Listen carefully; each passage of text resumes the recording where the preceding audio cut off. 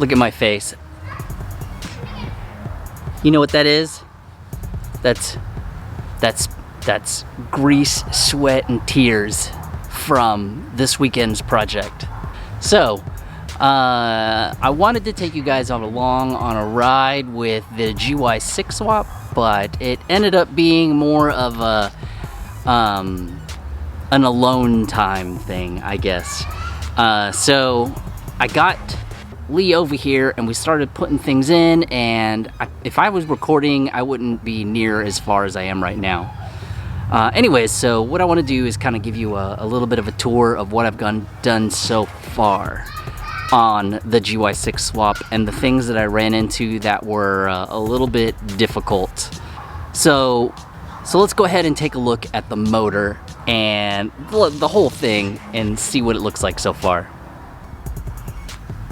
Alright, so here's what it looks like. 12 by 8 Douglas rear wheel with the drum hub in the back.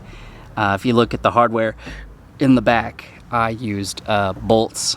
I didn't use studs and nuts because I thought that this had all this stuff in the box, and it didn't.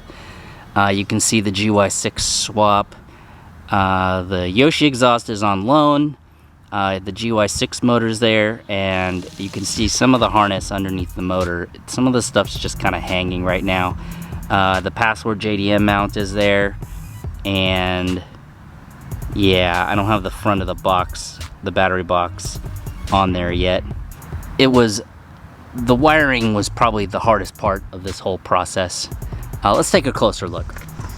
So here's the harness, and please don't mind the mess. The rectifier, the CDI, and well, here's my horn. I haven't quite got that down yet. The headlight harness, the controls, everything is working right now and connected. I just have to figure out how to tuck all this stuff in. Here's the 2 wires for the push button start. Now this harness that I got was used from Lee, so a lot of the connectors, some of the connectors for the left side controls was cut, so I had to kind of improvise and test to get all of it to work together. So my recommendation is, if you're going to get the TRS or ATR harness, get a fresh one that's not cut up and everything, and you'll have a much easier time. But it wasn't that hard hooking it all up. You just kind of have to gut everything out first. Then you follow down here, there's the cords. I put this on. I got it from REM. And now my throttle cable used to have to go all the way back here, but now the carb is right here. So, remember I got a super long, I took the frame block stretch out, and now I have like extra throttle cable underneath here, as well as my brake cable is too long to go all the way to the back. Still have my kickstand, and everything is still all together the way it was. I did go ahead and change the brake cable to a 33-inch cable, so now it just goes directly to the brake. It used to go inside here, coil around 10 times, and then come back out because it was like a 4-foot long cable. That was a nightmare. This is a GY6. It's already got NCY stuff inside of here, 13-gram rollers, and it is crinkle painted black. Eventually I'll put an ankle biter here, but right now that's great enough for me. What I didn't know was that my Ruckus rear shock, whenever it goes in, you have to grind the other side, this side right here, down so that it can bend all the way back. There is some motor, a piece that sticks up from the motor right here, so you can't really bend it back, so you have to grind it to make it fit. As far as the license plate, this is my old bracket that I made for the Get, but I just put a bolt through another portion of it through the rear mount for the shock up here. I still have to tighten the exhaust, the brake. I got the wheel centered, the lights work, the Yoshi exhaust is good. I bought new hardware. for right here, and then the other hardware goes to the arm mount because it was a Phillips head and I'd rather use an Allen wrench to hold this in. This looks great. Got this. Underneath here is the coil, which just kind of is just hanging out right here in my old clamp right here. And then your starter cables, and this is for the back of the coil. You'll also notice something different about this particular build. The fuel line is super fuel line, and instead of a Mikumi vacuum fuel pump, I have an electric fuel pump with filter. That's why I have this piece up here to cover the fuel pump that's down here. So far it works great. Comes with a bracket, comes with the block offs for the vacuum lines on the carbs, so on the manifold, so you can use this all. Then the harness comes up here for that fuel pump. It goes all the way down here. There's the relay for the fuel pump, and then it taps into your ignition line so that when you turn the key, you can hear it pump. Can you hear it? Anyways, yeah. This is for my fuel tank sensor, which I haven't quite figured out how to do all of that yet. There's a lot of space in here, so I might try to utilize this for some of that wiring, but my god, there's a lot of wires over there. I don't even know where to begin to put them all. Still need to bleed the brakes. Oh yeah, I went for a test ride. I won't start it now because it's out of tune and the throttle cable's too short and it's like the idle's off.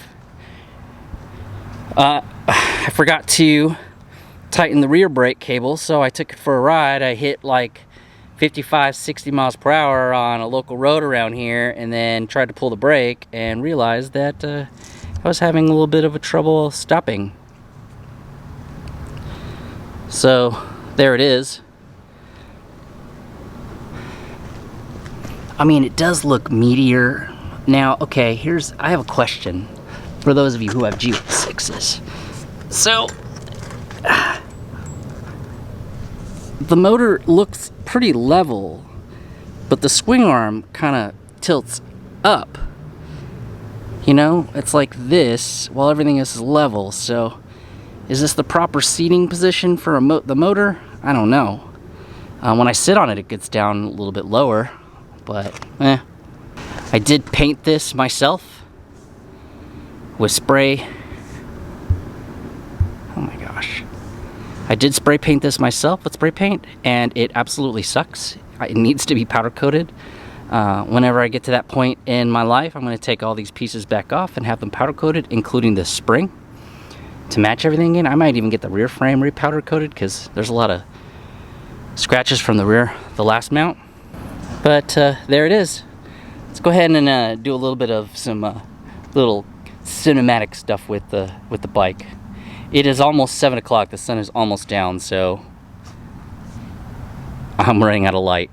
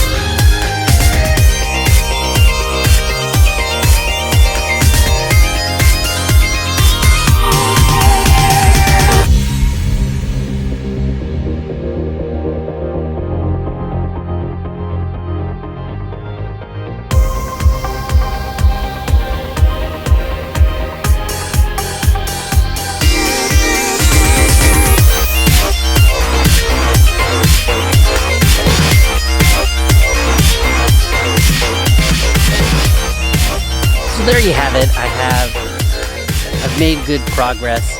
Everything from here on out, you'll be involved with the initial putting of everything on. There are plenty of great videos of people installing the ATR harness, TRS. They have an awesome video on how to install it, 3-part. There's also another harness that is interesting, made by Denver RollingWrench, or RollingWrench Denver. It uses the stock harness and everything. You just kind of inject a couple of things and change a stator, and then it would work. That would have been amazing to put in, because it looked like it was super simple, and I'd probably be at the point right now where I'd be tuning rather than trying to keep all the things from falling off of it. And then there's plenty of MotorMount installations and tire mounting. I actually took a tire off of this rim and then stretched it myself with tie straps. Tie straps, I didn't even use a cheetah tank or anything like that, and it worked great. But yeah, everything works, signal lights and all. So tomorrow, or sometime this week, I'm gonna go ahead and try to finish tucking wires, try to get a little bit more stretch out of the more throttle pull from the throttle cable. Seems like there's not enough sticking out, and then fix the idle. I might take apart the carb and check to see if there's anything I have to do with the jets, since it sat for a while. But anyways, I appreciate you guys hanging out. I hope you guys enjoyed this. Sorry that you didn't get to sit there and go through all of it with me, but I really wanted to get it done. And generally whenever I record, it takes 3 times as long, and I had a weekend where I could actually do this on my birthday weekend. I forsake everything else so that I could do this weekend. Now it's back to real world stuff, other people's projects, and all sorts of stuff. But anyways, thank you for watching. Hope you guys enjoyed, and I will see you in the next video.